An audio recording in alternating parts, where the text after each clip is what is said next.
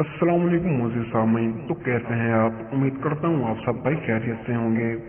बुखार के दौरान शदीद सर दर्द क्यों होता है और इसकी क्या वजूहात हैं, जान लें कहीं आपके साथ भी ये मसला तो नहीं। बुखार होना एक आम बात है, लेकिन बुखार के दौरान सर दर्द का शिद्दत इख्तियार कर लेना एक आम बात नहीं, क्योंकि हल्का सर दर्द मामूली होता है।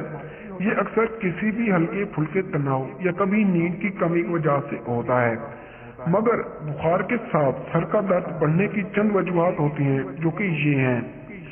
बुखार में कमजोरी हो जाती है और जिस्म इतना फाल नहीं होता, इसी वजह से सर में दर्द भी होता है, क्योंकि दिमाग कुछ देर मुकम्मल सुकून हासिल करना चाहता है और जब तक दिमाग को सुकून नहीं मिलता सर का दर्द रहता है। नज़ला जुकाम की वजह से भी सर का दर्द होता है और अक्सर बुखार में आपको खांसी भी हो जाती है। खांसने से भी आपके दिमाग की रगें और फेफड़े दुखते हैं, जिसकी वजह से सर में दर्द बढ़ता है। ब्लड प्रेशर के घटने या बढ़ने की वजह से भी सर दर्द होता है और ऐसी हालत में ठंडे मशरूब का इस्तेमाल लाजमी करें। भूख की कमी की वजह से भी सर दर्द बुखार में हो जाता है, इसलिए बीमारी में भूखे पेट ना रहें।